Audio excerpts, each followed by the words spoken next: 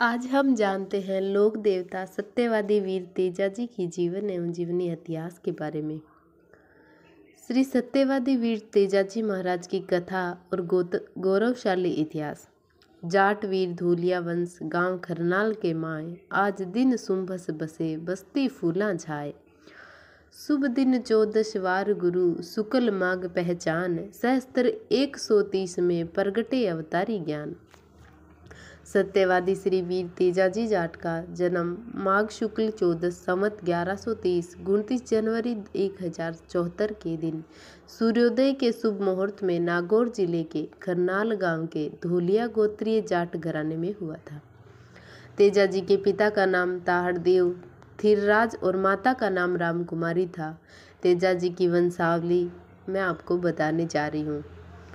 Mahawal भोमसन P Panjal ऐसे करके 21 तेजाजी महाराज की खरनाल की वंशावली है। जिस समय तेजाजी का जन्म हुआ था, दादा बक्साजी खरनाल गांव के मुखिया थे। खरनाल परगने के अधिकार क्षेत्र में 24 गांव आते थे। तेजाजी का ननिहाल अजमेर जिले की किशनगढ़ तहसील के त्योद गांव में जानी गोत्र में था। तेजाजी के नाना का नाम दुल्हन जी और मामा का नाम हेमू जी था। ताहड़देव का विवाह इत्योद के मुखिया दुल्हन जी की पुत्री रामकुमारी के साथ हुआ, परंतु जब शादी के 12 वर्षों पश्चात भी संतान सुख प्राप्त नहीं हुआ तो बक्साजी ने ताहड़देव का दूसरा विवाह अल्यासन के मुख्य करणा जी फड़ौदा की पुत्री रामी देवी के साथ करवा दिया। इधर पुत्र प्राप्ति के लिए रामकुमारी भी अपने पति ताहड़देव से अनुमति लेकर अपने पीहर त्योद के जंगलों में गुरु मंगलनाथ के मार्गदर्शन में नाग देवता की आराधना करने लगे। 12 वर्षों की कड़ी तपस्या के फलस्वरूप रामकुमार को नाग देवता से पुत्र प्राप्ति का आशीर्वाद मिला। तत्पश्चात रामकुमारी पुनः खरनाल लौट आई। इस बीच रामी देवी से ताहड़देव को 5 पुत्र प्राप्त हुए। रूपजीत, रणजीत, गुणजीत, महेश जी और नागजीत। समय बीतने पर रामकुंवरी के गर्भ से पुत्र तेजाजी व पुत्री राजल पैदा हुए। रामकुंवरी ने पति ताहड़देव से तेजाजी के जन्म की खुशी से पुष्कर पूर्णिमा के दिन पुष्कर स्नान और वापसी में त्योद के जंगलों में नाग देवता की पूजा की इच्छा जताई। ताहड़देव ने सहर्ष स्वीकृति दी और तेजाजी के जन्म के 9वें महीने पुष्कर स्नान के लिए रवाना हुए। ताहड़देव के साथ उनके भाई आस्करण भी पुष्कर गए। पुष्कर में पनेर के मुखिया रायमल जी भी सपरिवार अपनी पुत्री पेमल के जन्म की खुशी में पुष्कर स्नान के लिए आए हुए थे। वहीं पर आस्करण और रायमल में मित्रता हो गई और बातों ही बातों में उन्होंने इस मित्रता को एक रिश्ते में बदलने की ठानी। तेजाजी और पेमल का विवाह करके रायमल जी ने ताहड़देव से तेजा और पेमल के रिश्ते की बात की। ताहड़देव भी इस रिश्ते के लिए सहर्ष तैयार हो गए। विवाह का मुहूर्त 2 दिन पश्चात विक्रम संवत 1131 की पुष्कर पूर्णिमा को गोधूली वेला में निश्चित किया गया। उस समय तेजाजी की उम्र मात्र 9 महीने और पेमल की उम्र 6 महीने थी। रीति रिवाजों के अनुसार विवाह की सहमति के लिए तेजा और पेमल के मामाओं को आमंत्रित किया गया। तेजा के मामा हेमू जी सही समय पर पुष्कर पहुंच गए, परंतु पेमल के मामा खाजू काला को जायल से पुष्कर पहुंचने में देर हो गई। खाजू काला जब पुष्कर पहुंचा, तेजा और पेमल के फेरे हो चुके थे और जब खाजू काला को पता चला कि उसकी भांजी का विवाह ताहड़देव के पुत्र तेजा के साथ संपन्न हुआ है, वह आग बबूला हो उठा। जायल के काला जाटों और धोलिया जाटों के मध्य पीढ़ियों पुरानी दुश्मनी थी।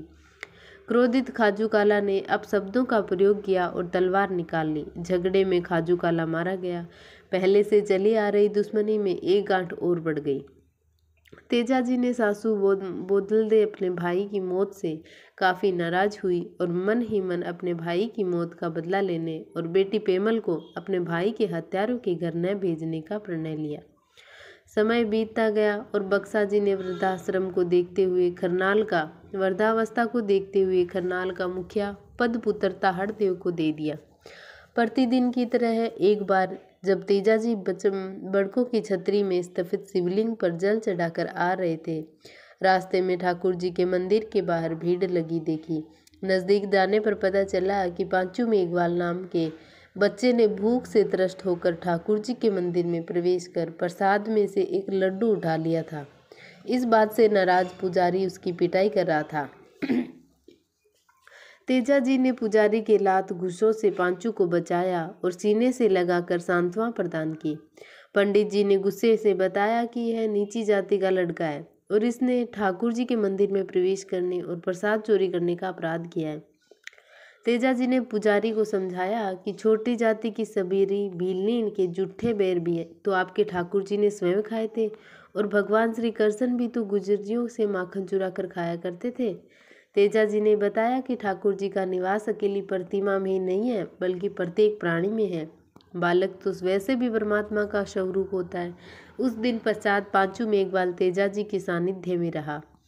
ताहड़देव का मित्र लखी बंजारा लाखा बालंद एक बार जब माल लाद कर खरनाल के रास्ते सिद्ध की ओर आ रहा था, ताहड़देव के आग्रह पर खरनाल में डेरा लगाया और ताहड़देव की मेजबानी का आनंद लेने लगा। उसी दिन लाखा के डेरे में एक गर्भवती घोड़ा ने एक सफ़ेद रंग की बछिया को जन्म दिया। बछिया के जन्म लेते ही उसकी मां मर गई। लखा ने नवजात बछिया को उपहार स्वरूप बालक तेजा को दे दी। तेजा जी ने उस बछिया की सेवा सुश्रुत की, उसे इस गाय का दूध पिलाकर बड़ा किया। तेजा जी ने उसका नाम लीलन रखा। लीलन तेजा जी की प्रिय सखी बन गई। समय अपनी गति से आगे बढ़ता रहा। तेजा जी ने अपने भाइयों के साथ पिता ताहड़देव और दादा बक्सा जी से मलयुद्ध और भाला चलाना सीखा। काका आस्करण ने तेजा को तलवार चलाना सिखाया। इसी बीच लुटेरों ने खेतों को देखने गए ताहड़देव और आस्करण पर धोखे से हमला किया और उनकी हत्या कर दी। पंचों ने पुनः बक्सा जी को खरनाल के मुखिया पद पर बिठाया। 9 वर्ष की उम्र में तेजा जी कुछ वर्षों के लिए अपने ननिहाल त्योद चले गए और वहीं पर गुरु मंगलनाथ से शिक्षा लेने लगे। त्योद में मामा हेमू जी ने धनुर्विद्या और तलवारबाजी सिखाना जारी रखा। 16 वर्ष के होने पर तेजा जी खरनाल वापस लौटे। उस समय खरनाल चोरों और लुटेरों के चौतरफा हमले में झेल रहा था। तेजा जी ने आते ही खरनाल को चोर गिरोह के आतंक से मुक्ति दिलाई। संवत 1160 में इस बार इंद्रदेव कुछ ज़्यादा ही मेहरबान हुए और जेठ आषाढ़ माह में भी भरपूर बारिश होने लगी। पुराने समय में गांव के मुखिया द्वारा हलोतिया की रस्म करने के पश्चात ही किसान अपने खेतों को जोता करते थे। दादा बक्सा जी किसी काम से गांव से बाहर गए हुए थे। तब माता राम कुमारी ने सुबह के समय जगाया और हलोतिया करने भेजा। तेजा जी ने बैलों को संवारा और बीज उठाकर खेत को चल गए। पहले बीजों को उछाला कर खेत जोती करने लगे। तेजा जी ने पहली बार बीज को जमीन में हल द्वारा उड़ कर बोना सिखाया, एक कतार में बोना सिखाया। कीट पतंगों से बचने के लिए अलग अलग तरकीबें सुनाई। इसीलिए तेजा जाट को कृषि वैज्ञानिक भी कहा जाता था और पूरी किसान कौम उनको एक महान कृषि वैज्ञानिक व महान पुरुष मानते थे। भूखे पेट खेतों में आए तेजा जी ने दोपहर तक 12 कोस की आवड़ी बो दी। उनके लिए खाना व बैलों के लिए चारा उनकी भाभी बड़ी देर से लाई थी। तेजा जी ने नाराजगी जाहिर की तो भाभी ने ताना दिया था कि आपकी परनाई अपने घर बैठी है, उसे ले आओ, वो जल्दी खाना ले आएगी। यह ताना तेजा जी के घाव कर गया। तेजा जी ने बैलों को चरने के लिए खुले छोड़ दिए और लीलन पर सवार होकर घर आ गए। माता कुंवराम कुंवरी से अपने विवाह के बारे में जानकारी पूछी तो पता चला कि पेमल के मामा की मौत के कारण यह बात दोनों परिवारों ने किसी को बताई नहीं थी और इसी घटना का बदला लेने के लिए पेमल की मां ने अपने भाई बलिया नाग और धर्मभाई कालिया मीणा लुटेरों से सहयोग मांगा था। कालिया बालिया ने मिलकर षड्यंत्र कर ताहड़देव और आस्करण की हत्या कर दी थी। बोदल दे पेमल की शादी अन्यत्र करने की सोच रही है। तेजा जी को शादी की जानकारी प्राप्त हो चुकी थी। अब तेजा जी पेमल को लाने की तैयारी करने लगे। माता राम कुमारी ने पनेर जाने से पहले बहन राजल को घर लाने का आदेश दिया ताकि भाभी पेमल का स्वागत करने के लिए तैयार रहे। तेजाजी ने माता का आदेश मानते हुए बहन राजल को, जो कि अजमेर के पास तबीजी गांव में जोगाजी सिहाग के घर ब्याई हुई थी, लेने पहुँचे और अगले दिन राजल को लेकर घर आए। जाटों में सदैव यह परंपरा रही है कि बहू पहली बार घर आए तो ननद उसका स्वागत करे। माता रामकुंवरी ने पंडित जी से तेजाजी के प्रस्थान के लिए शुभ मुहूर्त जानना चाहा। पंडित जी ने अपने पोथी पन्नों में देखकर और निराशा से कहा कि अभी पनेर जाने का मुहूर्त नहीं है। तेजाजी ने कहा कि मैं तीज से पहले पनेरा जाऊंगा, मैं मुहूर्त नहीं मानता। शेर जब जंगल में निकलता है तो वह किसी से मुहूर्त पूछकर नहीं निकलता। तेजाजी ने लीलन घोड़ी का श्रृंगार किया और सवार होकर पनेर के लिए अकेले ही निकल पड़े। रास्ते में बरसात होने लगी। तेजाजी नदी नाले लांघते हुए रात्रि में खरनाल पहुँचे। रात्रि विश्राम के लिए बाग के माली को 2 सोने की मोहरें दी। लीलन ने रात में पूरे बाग को उजाड़ दिया। सुबह के समय बाग के माली ने जोकर पेमल को शिकायत की। बाग में रात्रि के समय एक परदेसी आया था जिसकी घोड़ी ने पूरे बाग को उजाड़ दिया है। पेमल ने परदेसी के बारे में जानकारी लेने के लिए भाभी को बाग में भेजा। तेजाजी ने जब अपना परिचय दिया तो पेमल की भाभी उन्हें पहचान गई और घर पधारने का निमंत्रण दिया। इधर जब सास बोदलदे को तेजाजी के पनेर आने की सूचना मिली तो काफ़ी क्रोधित हुई।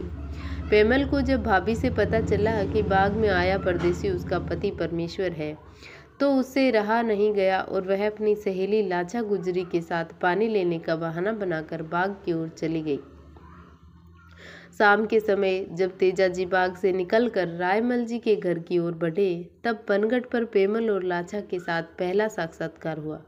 जब लीलन पर सवार तेजाजी ने रायमल जी की पोड़ में प्रवेश किया, लीलन के घुघरुओं की आवाज़ से गाय बिदक गई। पहले से क्रूर सास बोदलते ने ताना मारा, काला नाग खाए उसको, कौन है जिसने मेरी गाय बिदका दी। सासू बोदलदे के इन बोलों से तेजाजी दुखी हुए और लीलन की पीठ थपथपाई और बोले, जिन कदमों आई हो लीलन, उन्हीं कदमों वापस लौट चलो। नुगरा की धरती पर वासो न करा। लीलन वापस मुड़कर रायमल जी की पोड़ से बाहर निकल गई। यह सब घटनाक्रम छत पर खड़ी पेमल और लाछा ने देखा तो दौड़कर नीचे आई। लाछा दौड़कर तेजाजी के पीछे गई और उन्हें रोका। तेजाजी ने वापस रायमल जी की पोल लौटने से मना कर दिया। तब लाछा गुजरी ने तेजाजी को अपने घर लाछा की रंगबाड़ी में रोका। पेमल ने अपनी माँ को काफ़ी बुरा भला कहा और पिता रायमल जी को जब इसका पता चला तो वो लाछा की रंगबाड़ी तेजाजी को मनाने पहुँचे। तेजाजी ने वहीं रुकने का फैसला किया। तेजाजी की लाछा की रंगबाड़ी में रुकने से बोदलदे की योजना असफल रही और बोदलदे लाछा से क्रोधित हो गई। बोदलदे ने तत्काल अपने धर्म भाई कालिया मीणा से संपर्क किया और लाछा की सभी गायों को चोरने को कहा। कालिया मीणा इसके लिए खुशी खुशी तैयार हो गया। बोदलदे ने कालिया मीणा को आश्वस्त किया कि उसे रोकने के लिए पनेर से कोई नहीं आएगा। आज तो मौसम भी चोरों के लिए मुनासिब था। बरसात हो रही थी और रह रहकर बिजलियां चमक रही थी। कालिया मीणा ने रात्रि में लाछा की गाय चुरा ली, परंतु आज तेजाजी लाछा की रंगबाड़ी में सो रहे थे, इसीलिए लाछा और उसका पति नंदू भी गायों के बाड़े में बनी झोंपड़ी में सो रहे थे। गायों के घेरने की गड़बड़ाहट से वे जाग गए। नंदू ने जब प्रतिरोध की तो चोरों ने उसे पीटा और भाग गए। लाछा ने चोरी की सूचना मुखिया रायमल जी तक पहुंचाने की कोशिश की, परंतु बोदलदे जो इसके लिए तैयार थी उसने बाहर से ही लाछा को भगा दिया। लाछा जानती थी कि जितना समय बीतता जाएगा उसकी गायों का वापस मिलना भी उतना ही मुश्किल होता जाएगा। रोती बिलखती लाछा ढोली के घर पहुंची और उसके बाहर का ढाका पुराने जमाने में युद्ध की तैयारी के लिए ढोल को खास लय में बजाया जाता था ताकि गांव वाले सतर्क हो जाए। बजाने का अनुरोध किया, परंतु ढोली ने भी उसे मना कर दिया क्योंकि बोदलदे ने उसे पहले ही धमका रखा था। निराश और रोती हुई लाछा अपने पति के पास पहुंची और उसे लेकर अपने घर लाछा की रंगबाड़ी पहुंची, जहां तेजाजी सो रहे थे। लाछा नंदू के साथ घर के बाहर बैठकर रोने लगी।